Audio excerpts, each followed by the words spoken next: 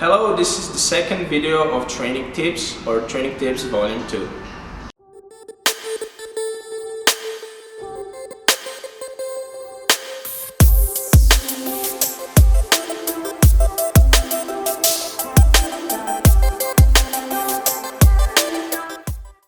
Training tip number 1. Low rest intervals and 10 repetition max is the best way to go when you are training for body composition changes and growth hormone release. I usually use this technique with all of my clients that want to change their body composition and they get lean pretty fast. I usually use German body composition from Charles Poliquin, and it gives me great results with any one of my clients.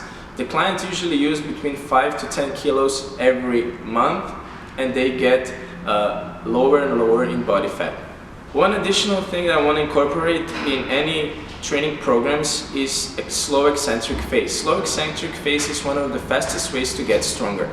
Training tip number 2, circadian rhythm. Choose the right time of the day to train. Somebody should train at 9 in the morning and somebody should train at 5. Listen to your body to maximize your gains.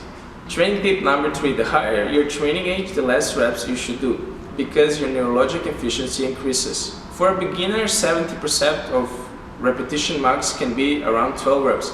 But after 3, 4 or 5 years of serious training, your repetition max of 70% can be 6 reps. Training tip number 4. The nervous system takes 5 to 6 times longer to recover than the muscular system. Training tip number 5. The more advanced you are, the more variation you need. A beginner can do a boring program for a long period of time and have great results. But after a while, you have to be very creative, you or your coach have to be very creative to create a very efficient training programs. For an example, training program that makes you bench or squat 100 kilo is not going to be the same as training program that is going to make you squat 150, 170 or 200 kilos. Training tip number 6. A single vitamin or a single mineral deficiency can stop your gains. If you're low on molybdenum, you have difficult time to repeat sets or reps, and if you're low on taurine, you can have anxiety, which can lead to depression. Training tip number 7. Nasal breathing is very important. Right nostril breathing is very good for better training drive. If you have problems to get motivated to train, take your left index finger and block your left nostril and just breathe. Training tip number 8.